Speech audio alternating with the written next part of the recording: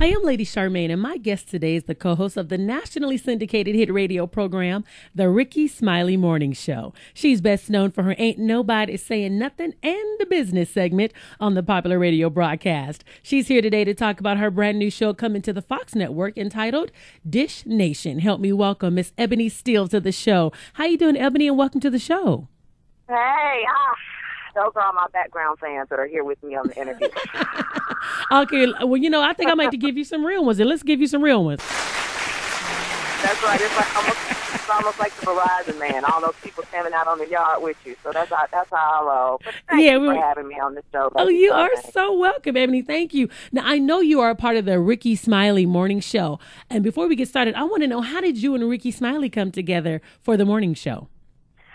Well, me and Ricky have a relationship that, goes back to us being in high school. And it was one of those things where I was in, I think when I started college at Tuskegee, and he was selling shoes at Tom McCann Shoes, if you remember that. Oh, Lord have mercy. I had my aunt worked in the mall with him, and she kind of introduced us. I would go see my aunt on our lunch break, and he said, "Hey, I just started comedy." At this point, he had been doing comedy, I think, 6 months, and I think now he just celebrated 22 years.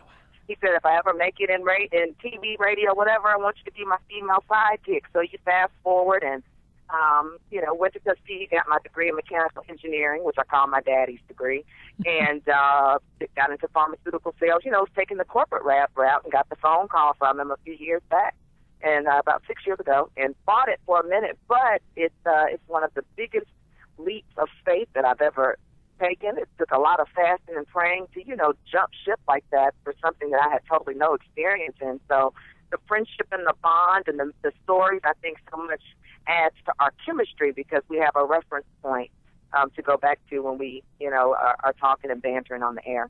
What I like about Ricky, what you just said, he was a man of his word. He kept his word. He said it. Absolutely. And he kept his word. It's not like he was just talking back then, trying to hit on you. Hey, girl, make you a star. You're going to be my sidekick. No, he actually kept his word and called you, and then look where you are today. Exactly. As a matter of fact, there was a lapse in time of about a year and a half because this was a process. So, he had moved to Dallas. I had no radio experience. I left pharmaceutical sales to do radio in Birmingham for a year and a half to get the experience to actually, Ricky was like, "Here's our plan. Okay, get some experience. A year and a half. I got this chick that's going to fill in. Then I'm going to come get you." So he did it twice. So I did my end and got my experience, jumped ship, and it was time to go for me to go be with them. And we've been it's been a blessing ever since. Wow. And now you both are going to be a part of this brand new entertainment news show called Dish Nation. Can you tell us about the show and what your role is going to be?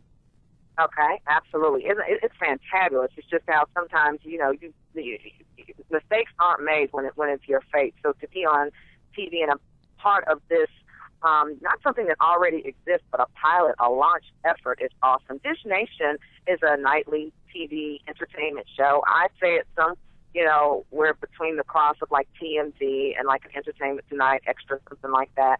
But basically, there are 4 morning shows across the country that we each have 4 different camera crews, the whole 9, and they tape us daily and then piece the show together to do a 30-minute entertainment show that airs in the evening.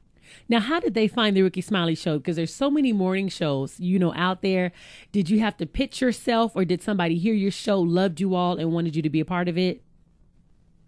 Well, they had heard of Ebony Steele, and they said, "Oh, she's a part of Ricky Smiley, so let's go with that show."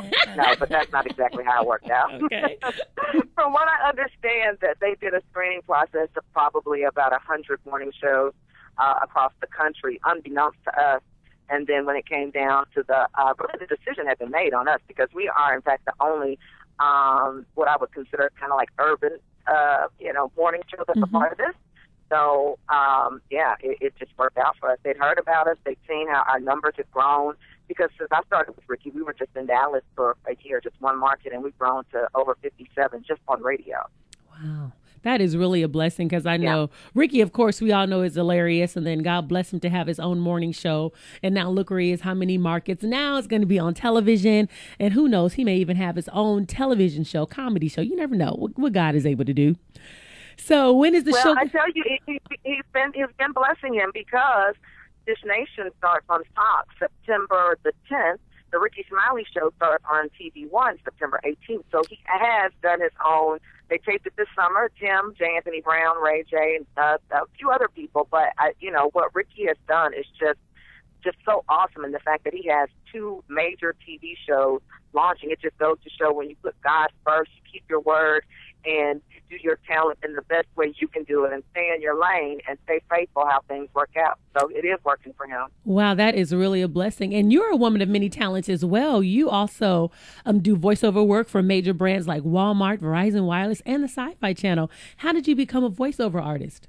I think that, when I was younger, I always, I'm still younger now because I still do it. I have always had like a knack for imitating people. I was, like the wittiest, and, not class clown, but wittiest, funniest, that kind of thing. So I think that I am confident in my voiceovers in the sense of doing commercials because I don't mind doing animation, within my voice. So I think a lot of times, when companies hear of you doing certain commercials, and they want you to do other ones too, and it's just kind of word of mouth kind of thing.